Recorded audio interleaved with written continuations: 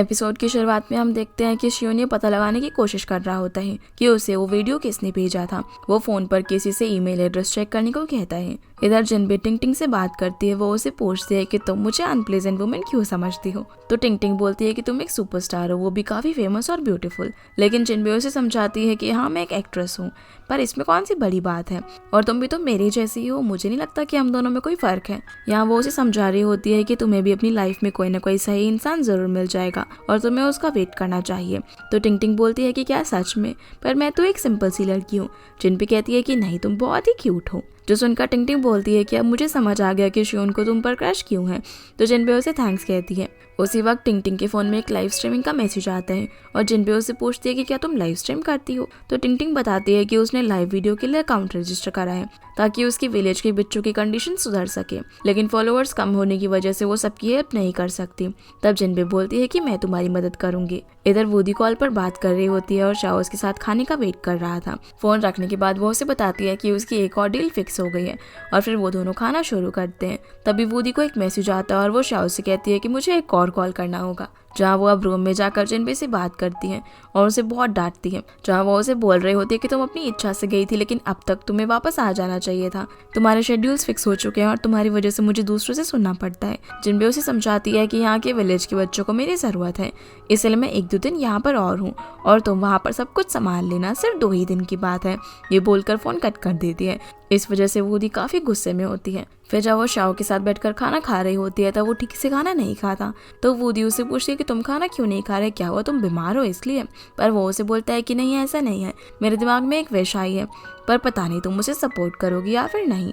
तो वूडी बोलती है कि मैं अपना प्रॉमिस नहीं तोड़ूंगी और तुम मुझे बताओ कि तुम्हारी क्या विश है। दूसरी ओर जिनबे टिंग के साथ लाइव वीडियो में आ जाती है और वहाँ के बच्चों को सभी लोगों को दिखाने लगती है जो कि फ्लड आने के बाद में ऐसी जगह पर पढ़ाई कर रहे थे। ये लाइव वीडियो शियोन भी देख रहा था। इस वीडियो को और भी काफी सारे लोग देखते हैं जो कि उन बच्चों की मदद करने के लिए आगे आते हैं। इधर शाओ वूडी से विश पूरी कराने के लिए उसे एक ड्रेस पहनाता है, लेकिन वूडी उस ड्रेस में कंफर्टेबल फील नहीं करती। तो शाओ से बोलता है कि पहले तुम मुझे चेंज कराना चाहती थी और अब मैं तुम्हें, और तुम इस ड्रेस के अंदर काफ़ी ब्यूटीफुल लग रही हो। फिर वो उसे शॉपिंग पर जाने के लिए कहता है, लेकिन वूडी मना कर देती है। तभी शाओ उसे प्रॉमिस याद दिलाता है। फिर ये दोनों पार्टी करके खूब ड्रिंक करते हैं और साथ में काफ़ी अच्छे से एंजॉय करते हैं। शाओ उसके लिए यहाँ पर गाना भी गाता है और बाद में दोनों ड्रंक हालत में घर पहुँचते हैं। शाओ तो अब यहाँ पर घर जाते ही सो जाता है और वूडी खुद से बोलती है कि ये मेरी लाइफ का सबसे अच्छा दिन था। शाओ नींद में कहता है कि वूडी तुम हमेशा ऐसे ही खुश रहना। अब वो यहाँ पर अपना पास्ट याद करती है और सोचती है कि शाओ उसके लिए कितना पॉसेसिव था। फिर वो उसे किस कर देती है। दूसरी ओर शियोन का कैंप भी खत्म हो जाता है और सभी लोग जिनबे और उससे गुड बाय कहने के लिए आते हैं। जिनबे शियोन से बोलती है कि विलेज के काफी लोग मुझे बाय कहने के लिए आए थे, इसका मतलब उनके दिल में मेरे लिए इंपॉर्टेंस है और वो भी तुमसे ज्यादा। तो शियोन बोलता है कि अरे तुम तो हो ही ग्रेट, जो सुनकर जिनबे और ज्यादा खुश हो जाती है क्योंकि पहली बार शियोन ने उसकी तारीफ की थी। अब फिर वो यहाँ पर अपनी बड़ाई करने लगती है। वो बोलती है कि मैंने यहाँ पर बहुत ही अच्छा काम किया, एक रिलेशनशिप प्रॉब्लम को सॉल्व किया, मैं बहुत ही हार्ड वर्किंग और केयरिंग हूँ, मेरे जैसी फियांसे ना तुम्हें कहीं भी नहीं मिलेगी। पर फिर वो उसे बोलती है कि इस एक्सपीरियंस की वजह से मुझे रियलाइज हुआ कि डॉक्टर होना बहुत ही मुश्किल है और यहाँ आकर मैंने बहुत सारी चीजें भी सीखी। सीन अब यिंगिंग पर आता है जिसे जावे की कार में एक टैबलेट मिलती है। उसे नहीं पता होता कि ये किस चीज की टैबलेट है, इसलिए वो उस टैबलेट की पिक क्लिक कर शियोन से इसके बारे में पूछती है। वो उसे बताता है कि ये स्लीपिंग पिल्स है। यिंगिंग को जावे की अब काफी चिंता होती है और जैसे ही जावे को रिकॉर्डिंग से ब्रेक मिलता है तो वो गेम खेलने लग जाता है। तो यिंगिंग भी छुपकर जावा के साथ गेम खेलने लग जाती है और चैट पर उससे पूछती है कि क्या तुम अनकंफर्टेबल फील कर रहे हो। तो वो उसे बताने लगता है कि मैंने रेस्ट नहीं करा है और मैं रात को भी सो नहीं पा रहा हूँ। यिंगिंग उससे पूछती है कि ये सब क्यों हो रहा है। तो वो उसे बताता है कि मैं कुछ भूल नहीं पा रहा और मैं अपने स्कूल के टाइम की क्लासेस को बहुत ही मिस करता था। जब भी टीचर आफ्टर स्कूल क्लास में आती थी मुझे सिर्फ नींद आ रही होती थी। यिंगिंग भी सोचती है कि ये तो बिल्कुल सही बात है और वो सर्च करती है कि आफ्टर स्कूल क्लासेस आसपास में कहाँ हो रही है। फिर यिंगिंग चुपके से एक क्लास में जाकर बैठ जाती है और वहाँ पर उस क्लास के लेक्चर को रिकॉर्ड करने लगती है, जिसे सुनते सुनते उसे खुद भी नींद आ जाती है। तो वो वहीं क्लास में सो जाती है जहाँ वो जावा के बारे में ही सपना देखने लगती है, जिसके बाद हमें जिनबे और शियोन के काफी सारे क्यूट मोमेंट्स देखने को मिलते हैं। तभी शियोन को एक मैसेज आता है जिसमें जीतोंग का फोटो था। शियोन ये फोटो जिनबे को दिखाकर पूछता है कि क्या तुम एक दूसरे को जानते हो। जिनबे उसे बताने लगती है कि ये तो जीतोंग है, वो काफी अच्छी लड़की है, पर शियोन इस पॉइंट पर उसे कुछ भी नहीं बताता कि यही वो लड़की है जिसने उसे वो वीडियो भेजा था। वो अब जीतोंग से मिलने के लिए उसके पास जाता है और उसे कहता है कि मैं तुम्हें जानता हूँ और तुम्हें तो पता ही होगा कि मैं यहाँ पर क्यों आया हूँ। जीतोंग यहाँ पर उसे बोलने लगती है कि क्या तुम्हें अभी भी जिनबे का असली चेहरा नहीं दिखा? उसने तुम्हें चीट किया है और अपनी जॉब का एडवांटेज लेकर वो दूसरों से फ्लर्ट भी करती है। शियोन उसे कहता है कि ये तुम्हारा काम नहीं है और कहता है कि मुझे ये भी पता है कि तुम क्यों मेरे फियांसे के अगेंस्ट हो, पर मैं तुम्हें यहाँ पर सिर्फ यही एडवाइस देने के लिए आया हूँ कि तुम ये सारे ट्रिक्स खेलना बंद कर दो, वरना तुम्हारे लिए अच्छा नहीं होगा। जीतोंग उसे बोलते हैं कि तुम मुझे डरा रहे हो या फिर सच सुन नहीं पा रहे हो। शियोन उसे बोलता है कि मेरी एबिलिटी तुम्हारी इमेजिनेशन से काफी ज्यादा दूर है और मैं नहीं चाहता कि मेरी लेडी को कोई नुकसान पहुंचाए, इसलिए मैं तुम्हें वार्न कर रहा हूँ कि ट्रिक्स खेलना बंद करो, नहीं तो तुम्हें काफी कुछ भुगतना पड़ेगा। ये बोलकर वो यहाँ से चला जाता है, जो सब सुनकर जीतोंग को काफी गुस्सा आता है। इधर यिंगिंग जावे के पास जाती है और उसे बोलती है कि मेरी फ्रेंड ने ना एक म्यूजिक दिया है जिसे सुनकर मैं हमेशा सो जाती हूँ। वो यहाँ पर उसे सुनने के लिए फोर्स करती रहती है, लेकिन जावे नहीं मानता। इधर जिनबे शियोन को मैसेज करती है और पूछती है कि तुम घर कब आओगे? तुम अभी अभी गए हो, लेकिन मैं तुम्हें मिस कर रही हूँ। शियोन उसे बोलता है कि अगर तुम ऐसे ही बच्चों जैसे बिहेव करती रहोगी ना तो लोग तुम्हें धोखा देकर चले जाएंगे। जिनबे कहती है कि नहीं, ऐसा नहीं हो सकता, मैं बहुत ही स्मार्ट हूँ और मैं काम भी करती हूँ, इसलिए मुझे किसी बात की चिंता नहीं है। तो शियोन उसे बोलता है कि तुम चिंता मत करो, मैं तुम्हारे साथ हूँ, और गुड नाइट कहता है। पर सोने से पहले वो वूडी को मैसेज करती है और बताती है कि तुम्हारी जिनबे अब वापस आ चुकी है, तो कल काम पर मिलते हैं। इधर जैसे ही जावे को रिकॉर्डिंग से ब्रेक मिलता है तो यिंगिंग उसे कहती है कि मुझे पता है कि तुम ये रिकॉर्डिंग नहीं सुनोगे क्योंकि तुम हारने से डर रहे हो। जावे बोलता है कि नहीं, भला मैं क्यों डरूंगा? तो यिंगिंग बोलती है कि सिर्फ 3 मिनट तक ये रिकॉर्डिंग सुनो और 3 मिनट के अंदर अगर तुम नहीं सोए तो मैं हार जाऊंगी। इसलिए जावे उसकी बात मानकर रिकॉर्डिंग सुनना शुरू करता है, जहां वो उसे सुनते सुनते सो जाता है, जो देखकर यिंगिंग काफी खुश होती है कि अब उसे बिना पिल्स के ही नींद आ रही थी। वो उसे बिल्कुल भी डिस्टर्ब नहीं करती और उसके पास ही बैठी रहती है। जावे अब जब नींद से उठता है तो काफी देर हो चुकी थी, इसलिए वो यिंगिंग को उसके घर तक छोड़ने के लिए जाता है, जहाँ पर शियोन उन दोनों को साथ में देख लेता है। आगे शियोन को बिग ब्रदर कॉल करता है और उसे जिनबे और यिंगिंग के साथ एक लंच पर इन्वाइट करता है। इसलिए शियोन जिनबे को मैसेज करके पूछता है कि क्या तुम दिन में फ्री हो, भाई ने हमें लंच पर इनवाइट किया है। तो जिनबे बोलती है कि मैं भला अपने हानि का इनविटेशन कैसे मना कर सकती हूँ। ये दोनों अब रेस्टोरेंट में पहुंच जाते हैं, जहाँ पर इनका भाई पहले से ही मौजूद था। ब्रदर यहाँ पर जिनबे को वो इयरिंग्स पहने हुए देखकर काफी खुश होता है और बोलता है कि तुम पर ये इयरिंग्स काफी अच्छे लग रहे हैं। जिनबे बताती है कि ये ना मुझे शियोन ने गिफ्ट किए हैं। तो बोलते हैं कि हाँ, फाइनली उसने तुम्हें गिफ्ट कर ही दिए। तो वो पूछती है कि क्या आपको इनके बारे में पता था? इतनी देर में वहाँ पर यिंगिंग भी आ जाती है, जो कि जिनबे के इयरिंग्स देखकर उसकी काफी तारीफ करती है। जिनबे शियोन से पूछती है कि आखिर बात क्या है, इन इयरिंग्स के बारे में तो सभी को पता है। तो यिंगिंग उसे बोलने लगती है कि लगता है कि भाई ने अभी तक आपको नहीं बताया है कि ये हमारी मॉम की इयरिंग्स है, और क्योंकि आप घर की होने वाली डॉटर इन लॉ हो इसीलिए आपको दिए गए हैं। जो सुनकर जिनबे शियोन से बोलती है कि हानी, तुमने इतनी इंपॉर्टेंट बात मुझे क्यों नहीं बताई। जिसके बाद हम जावे को देखते हैं, जो जब कार से जा रहा होता है तभी वो स्लीपिंग पिल्स देखता है और उसे पता चल जाता है कि यिंगिंग ने ही मेरी हेल्प करी है, इसलिए वो उसे कॉल करता है, जहाँ जावे उसे मिलने के लिए बुलाता है। इसलिए यिंगिंग सभी को बोलती है कि उसकी कंपनी में कुछ काम आ गया है, इसलिए वो जा रही है और वहाँ से चली जाती है। यिंगिंग जब जावे के पास पहुँचती है तो वो उसे अपने साथ मॉल लेकर आता है और कहता है कि तुम्हें जो पसंद है उसे ले लो। यिंगिंग कहती है कि क्या तुम मुझे गिफ्ट देना चाहते हो? तो जावे बोलता है कि अभी तुम्हें मेरी असिस्टेंट बने हुए बहुत ही कम टाइम हुआ है और मैं जान गया हूँ कि तुम बहुत ही हार्ड वर्किंग हो, इसलिए मैं तुम्हें थैंक यू कहना चाहता हूँ। यिंगिंग बोलती है कि अरे ये तो मेरी ड्यूटी है, और फिर वो वहाँ पर बलून्स खरीदती है। जावे तो उसे यहाँ पर सारे बलून्स दिलवाने वाला होता है, लेकिन यिंगिंग को सिर्फ एक ही बलून चाहिए था, इसलिए जावे उसे चूज करने को बोलता है। फिर वो उसे बोलता है कि तुम कितनी बेवकूफ़ हो, मैंने तुम्हें एक गिफ्ट सिलेक्ट करने के लिए कहा और तुम एक बलून लेकर इतनी खुश हो रही हो। तो यिंगिंग बोलती है कि क्योंकि ये पहली बार तुमने मुझे कुछ गिफ्ट किया है। जो सुनकर जावे उसकी तरफ देखने लगता है। फिर वो उससे पूछती है कि क्या मैं आपके साथ एक फ़ोटो ले सकती हूँ। तो जावे मान जाते हैं और वो दोनों एक साथ बहुत सारी फ़ोटोज़ क्लिक करते हैं। अब यिंगिंग जब रात में घर पहुंचती है तो वो शियोन से छुपकर अंदर जा रही होती है, लेकिन वो उसे देख लेता है। शियोन से बोलता है कि तुम्हारा असिस्टेंट वाला जॉब काफ़ी बिजी है ना। यिंगिंग कहती है कि हाँ, वो आज को स्पेशल डे था। फिर वो शियोन से पूछती है कि क्या मेरे जाने के बाद भैया ने कुछ कहा था। शियोन बोलता है कि नहीं, लेकिन तुम ये सब कब तक खेलोगी और अपनी फ्यूचर पर कब ध्यान दोगी। तो यिंगिंग हाँ बोलकर अंदर चली जाती है। आगे हम देखते हैं कि जावे मास्टर यानी कि यिंगिंग के साथ गेम खेल रहा होता है। उधर जिनबे अपने घर जाती है और उन इयरिंग्स को संभाल कर रखती है। तभी वो एक लॉकेट को देखती है और अगली सुबह वो शियोन के घर जाकर उस लॉकेट को उसे गिफ्ट करती है, जो कि बचपन में उसे उसकी मॉम ने दिया था। शियोन भी वैसे ही एक लॉकेट लेकर आता है और उसे पहना देता है और कहता है कि ये लॉकेट मॉम पेयर में टेम्पल से लेकर आई थी। तो जिनबे बोलती है कि मेरी मॉम ने तो इस बारे में मुझे नहीं बताया, यानी कि हम एक दूसरे से काफी टाइम से कनेक्टेड थे और फिर दोनों यहाँ पर रोमांस करने लगते हैं। फिर जब जिनबे टीवी ऑन करती है तो उसमें जीतोंग की न्यूज़ आ रही थी कि वो रियलिटी शो से पॉपुलर हो चुकी है और उसे अवार्ड मिल रहा था। जिनबे कहती है कि जीतोंग बहुत ही हार्ड वर्किंग है और अगर वो ऐसे ही मेहनत करती रहेगी तो बहुत आगे तक जाएगी, जिसकी ये बातें शियोन भी सुन रहा था। जिसके बाद हम शाओ और वूडी को एक अम्यूजमेंट पार्क में देखते हैं, जहाँ पर शाओ से बताता है कि वो इस ट्रेन में बैठना चाहता है। वूडी उससे पूछती है कि क्या तुम श्योर हो कि तुम्हें इसमें राइड करना है। तो शाओ बताने लगता है कि वो बचपन से अपने पेरेंट्स के रूल्स को फॉलो करता था और जब वो छोटा था तब उसे ऐसी ट्रेन काफ़ी पसंद थी, पर उसके पेरेंट्स उसे इस ट्रेन में बैठने नहीं देते थे, जिस वजह से वो घर जाकर हमेशा काफ़ी रोया करता था। पर यहाँ पर भी शाओ को उस ट्रेन के अंदर बैठने नहीं दिया जाता क्योंकि वो बच्चों की ट्रेन थी, लेकिन वो चुपके से उस ट्रेन के अंदर बैठ जाता है और बहुत ही एंजॉय करता है। और इससे पहले कि गार्ड्स उन्हें पकड़ लेते वो दोनों यहाँ से भाग जाते हैं। इसी तरह दोनों एक दूसरे के साथ काफ़ी एंजॉय करते हैं और शाओ यहाँ पर वूडी को किस भी कर देता है, तो वूडी भी उसे किस कर देती है और इन दोनों का एक बहुत ही रोमांटिक सीन दिखाया जाता है। फिर हम जिनबे की मॉम को देखते हैं जो उसे कॉल करती है और कहती है कि शियोन काफ़ी अंडरस्टैंडिंग है, उसने घर आकर मेरे से और तुम्हारे डैड से माफ़ी मांगी। जिनबे यहाँ पर उनसे लॉकेट के बारे में बात करती है और बताती है कि शियोन ने भी मुझे वैसा ही लॉकेट दिया था। उसकी मॉम बोलती है कि अरे हाँ, मैं तो उस लॉकेट के बारे में भूल ही गई थी और पूछती है कि आपने मुझे उस लॉकेट के बारे में पहले क्यों नहीं बताया। तो मॉम कहती है कि क्योंकि तुम शादी में पहले इंटरेस्टेड नहीं थी। जिनबे अब यहाँ पर उनसे शियोन की मॉम के बारे में पूछने लगती है, तो उसकी मॉम बोलती है कि ये तो तुम्हें पता ही है कि हम दोनों बचपन में काफ़ी अच्छे दोस्त थे, पर जब हम बड़े हुए तो हमारी अलग अलग सिटी में शादी हो गई, इस वजह से हमारा मिलना जुलना थोड़ा सा कम हो गया। लेकिन तुम्हारे पैदा होने के बाद जब मैं शियोन की मॉम से मिलने के लिए गई तो उन्हें तुम काफ़ी पसंद आ गई थी, इसीलिए हमने बचपन में ही तुम दोनों की सगाई करा दी थी। लेकिन शियोन की मॉम की काफ़ी यंग एज में ही डेथ हो गई थी। वैसे शियोन अपनी मॉम के बिना पला बड़ा है, लेकिन फिर भी वो काफ़ी समझदार बच्चा है, जिस पर जिनबे हाँ बोलती है। जिसके बाद हम शियोन को देखते हैं जिसे शाओ की शिफ्ट करने के लिए हॉस्पिटल में बुलाया जाता है। इसके लिए वो मान जाता है और वो शाओ के बारे में पूछने लगता है, तो उसे पता चलता है कि उसने कुछ दिनों की छुट्टी ली हुई है।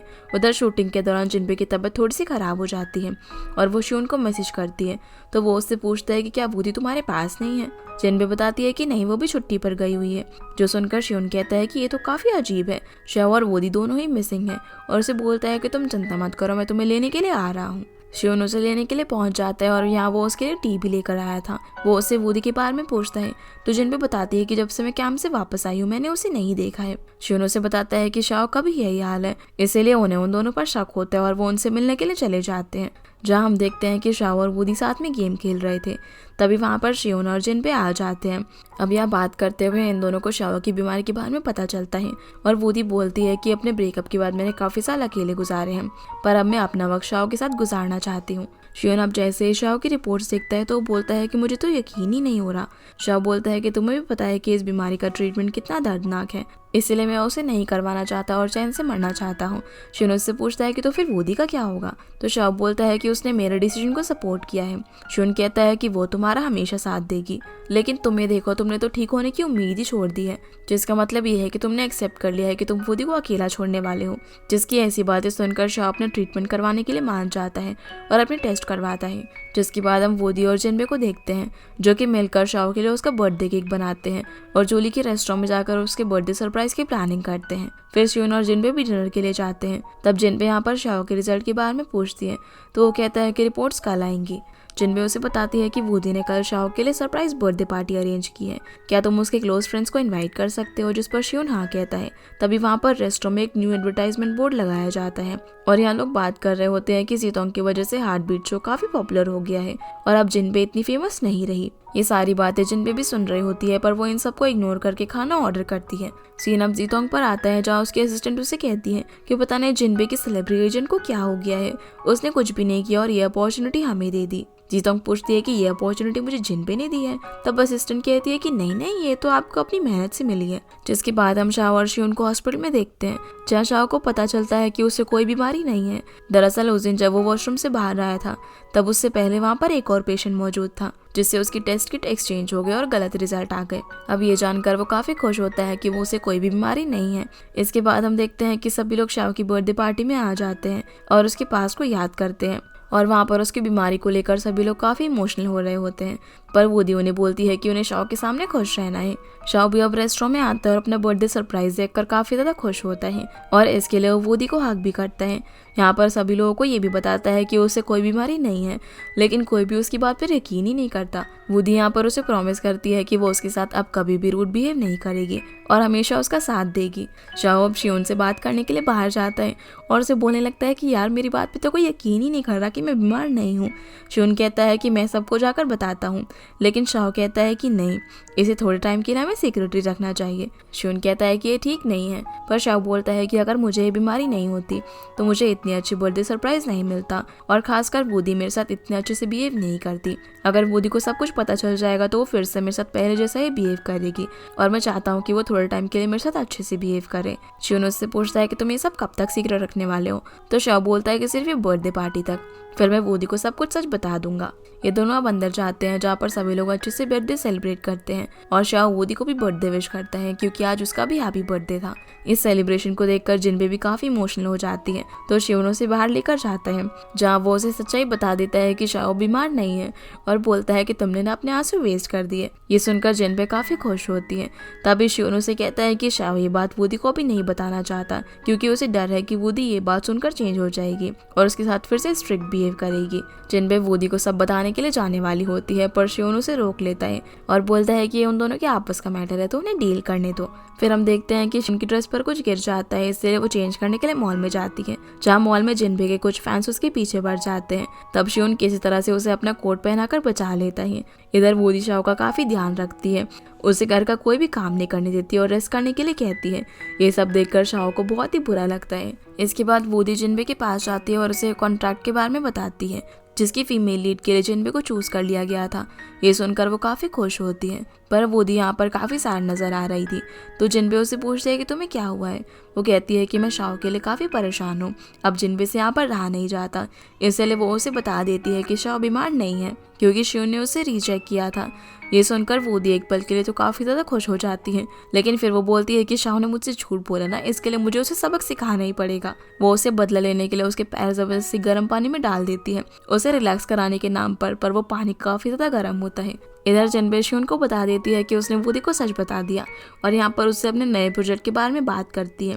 वो एक दूसरे के साथ यहाँ पर काफी अच्छा टाइम स्पेंड करते हैं, जिसके बाद हम देखते हैं कि जावे और जीतोंग की रिकॉर्डिंग आज एक साथ होने वाली थी और यहाँ वो लेट आने की वजह से सभी से सॉरी कहती है। फिर वो यहाँ डायरेक्टर को बोलती है कि मुझे अच्छा फील नहीं हो रहा, इसीलिए बेहतर यही हुआ कि हम लोग अलग अलग रिकॉर्डिंग करें।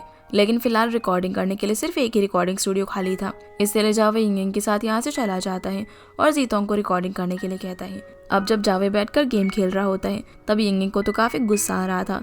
वो उसे बोलती है कि जीतोंग ने तुम्हारे साथ आज इस तरीके से बिहेव किया, तुमने उससे कुछ कहा क्यों नहीं। तो जावे कहता है कि मैं स्टाफ को परेशान नहीं करना चाहता था और उसे कहता है कि देखो तुम मुझसे बात कर रही थी ना, इसी वजह से मैं गेम हार गया। यिंग बोलती है कि आप ना इस वजह से हारे हो क्योंकि आपको गेम ठीक से खेलना नहीं आता। जो सुनकर जावे कहता है कि अच्छा तो तुम्हें ठीक से खेलना आता है, जरा खेल कर तो बताओ। इसलिए अब दोनों साथ में बैठकर गेम खेलने लग जाते हैं। वहीं जब जीतोंग बैठी हुई थी तभी उसकी असिस्टेंट उसे जिनबे के नए प्रोजेक्ट के बारे में बताने लगती है जिसमें वो एक डिटेक्टिव का रोल प्ले कर रही है। ये सुनकर जीतोंग कहती है कि इस कॉन्ट्रैक्ट का तो मैं कब से वेट कर रही थी। अब वो यहाँ पर एक ट्रिक अपनाती है और एक रिपोर्टर को कॉल करके जिनबे के बॉयफ्रेंड शियोन के बारे में न्यूज देती है। इधर वूडी शाओ के ऊपर अलग अलग तरीके अपना रही थी उसे परेशान करने के, जिससे शाओ सच में काफी ज्यादा परेशान हो जाता है और उसे सच बता देता है कि वो अब बीमार नहीं है। और ये बात मैं तुम्हें पहले ही बता देना चाहता था, लेकिन मैं बता नहीं पाया। मुझे लगा कि तुम सच सुनकर मेरे साथ फिर से वैसे ही बिहेव करोगे जैसे पहले करती थी। इस सब के लिए वो उसे सॉरी भी कहता है, पर वूडी रोने लग जाती है और बोलती है कि तुम बहुत ही बुरे हो और मुझे बहुत ही तकलीफ दी है तुमने। ये सुनकर शाओ उसे हक कर लेता है, तो वूडी कहती है कि मैं बहुत ही खुश हूँ कि तुम बिल्कुल ही ठीक हो और रोने लगती है। दूसरी ओर जावे गेम खेल खेल कर हार जाता है, तो वो यिंग को रिकॉर्डिंग टाइम पूछने के लिए मैसेज करता है जहाँ वो उससे पूछती है कि आप अभी तक सोई नहीं। तो जावे बोलता है कि मैं गेम खेल रहा था और बार बार हार रहा था, इसलिए मुझे काफ़ी बुरा लग रहा है। यिंग बोलती है कि क्यों ना मैं आपको गेम के अंदर लीड करूँ, क्योंकि आपको तो पता ही है कि मैं कितना अच्छा खेलती हूँ। इसलिए जावे मान जाता है और उसके साथ खेलने लग जाता है। अगली सुबह शियोन जिनबे के लिए ब्रेकफास्ट रेडी करके ले जा रहा होता है। तब तक सब जगह ये न्यूज़ फैल गई थी कि शियोन और जिनबे डेट कर रहे हैं। सभी रिपोर्टर्स शियोन के घर के बाहर ही उसका वेट कर रहे होते हैं। ये दोनों अब एक दूसरे से मिलते हैं और जिनबे कहती है कि हमारे रिलेशनशिप के बारे में सभी को पता चल गया है। वो उसे सॉरी कहती है, लेकिन शियोन कहता है कि मैं किसी से नहीं डरता। जिनबे कहती है कि ऐसा नहीं है, वो सब तुम्हें परेशान कर देंगे और तुम चिंता मत करो, वोदी इस बात का कोई ना कोई सोल्यूशन जरूर निकाल लेगी। इधर वोदी को भी शियोन और जिनबे की न्यूज के बारे में पता चलता है, जहाँ उसे डायरेक्टर का कॉल आता है जो कि शूटिंग डिले करने की बात करता है। वोदी यहाँ पर उसे थोड़ा टाइम मांगती है, लेकिन वो कॉल कट कर देता है। शाओ भी वोदी को बताता है कि जिनबे की जगह जीतोंग अब काफी फेमस हो रही है, जो सुनकर वोदी परेशान होकर शाओ से कहती है कि ये मैटर बहुत ही सीरियस है। तब शाओ उसे थोड़ा सा मोटिवेट करता है और वोदी अपने काम के लिए निकल जाती है। जिसके बाद हॉस्पिटल में शाओ शियोन से बोलता है कि तुम्हारे और जिनबे के लिए वोदी बहुत कोशिश कर रही है। इसके थोड़ी देर बाद वहाँ पर काफी सारे रिपोर्टर्स शियोन के पास आ जाते हैं। तब डायरेक्टर और शाओ से रिपोर्टर से किस तरह से बचा लेते हैं। इधर वोदी मिस्टर यू से मिलने के लिए जाती है, पर उसे उनसे मिलने के लिए नहीं दिया जाता, लेकिन वो जबरदस्ती अंदर घुस जाती है। पर काफी देर वेट करने के बाद भी वो उनसे नहीं मिल पाती। पर जैसे ही मिस्टर यू यहाँ पर आते हैं तो वोदी उनसे बात करने की कोशिश करती है, पर जो बोलता है कि अब जो भी बातचीत होगी वो सब लॉयर के थ्रू होगी, क्योंकि जिनबे ने रिलेशनशिप में आकर कॉन्ट्रैक्ट तोड़ा था। तो वोदी उनसे बोलती है कि नहीं, ये सब तो सिर्फ एक मिसअंडरस्टैंडिंग है। तो मिस्टर यू बोलते हैं कि अगर ये मिसअंडरस्टैंडिंग है तो जिनबे को आकर इसे क्लियर करना होगा। इसके लिए वोदी मान जाती है। दूसरी ओर हॉस्पिटल में डायरेक्टर शियोन को कोरियन घर रहने के लिए बोलते हैं जब तक सब कुछ शांत नहीं हो जाता। जिसके बाद हम वोदी को देखते हैं जो कि जिनबे को समझा रही होती है कि वो मिस्टर यू के सामने अच्छे से बिहेव करे और ये बोले कि ये सब जो इंटरनेट पर फैला हुआ है ये सब फेक न्यूज़ है। तो जिनबे बोलते हैं कि तुम चिंता मत करो, मैं उन्हें समझाने की पूरी कोशिश करूंगी। ये दोनों अब मिस्टर यू से मिलने के लिए जाती हैं और जिनबे उन्हें समझाती है कि ये न्यूज़ सब फेक है। पर मिस्टर यू से बोलते हैं कि तुमने अपना प्रॉमिस तोड़ा है और इस वजह से हमारी वेबसाइट भी अफेक्ट हुई है। जिनबे उन्हें समझाने की कोशिश करती है और बोलती है कि आप भला इस फेक न्यूज़ पर कैसे यकीन कर सकते हो। तो मिस्टर यू बोलते हैं कि सच क्या है ये तो मैं नहीं जानता, बस मैं ये जानता हूँ कि मेरी वेबसाइट को काफ़ी ज़्यादा लॉस हुआ है। जिस पर जिनबे कहती है कि आपका जितना भी लॉस हुआ है मैं उसे पे करने के लिए रेडी हूँ। और इसी के साथ ये एपिसोड यहीं पर ख़त्म हो जाता है। तो गाइस ये थी आज की वीडियो एंड आई होप आप लोगों को ये वीडियो पसंद आई होगी, तो इस वीडियो को लाइक कर चैनल को सब्सक्राइब जरूर कीजिएगा। आपसे फिर मिलते हैं अगले एपिसोड में, तब तक के लिए गुड बाय।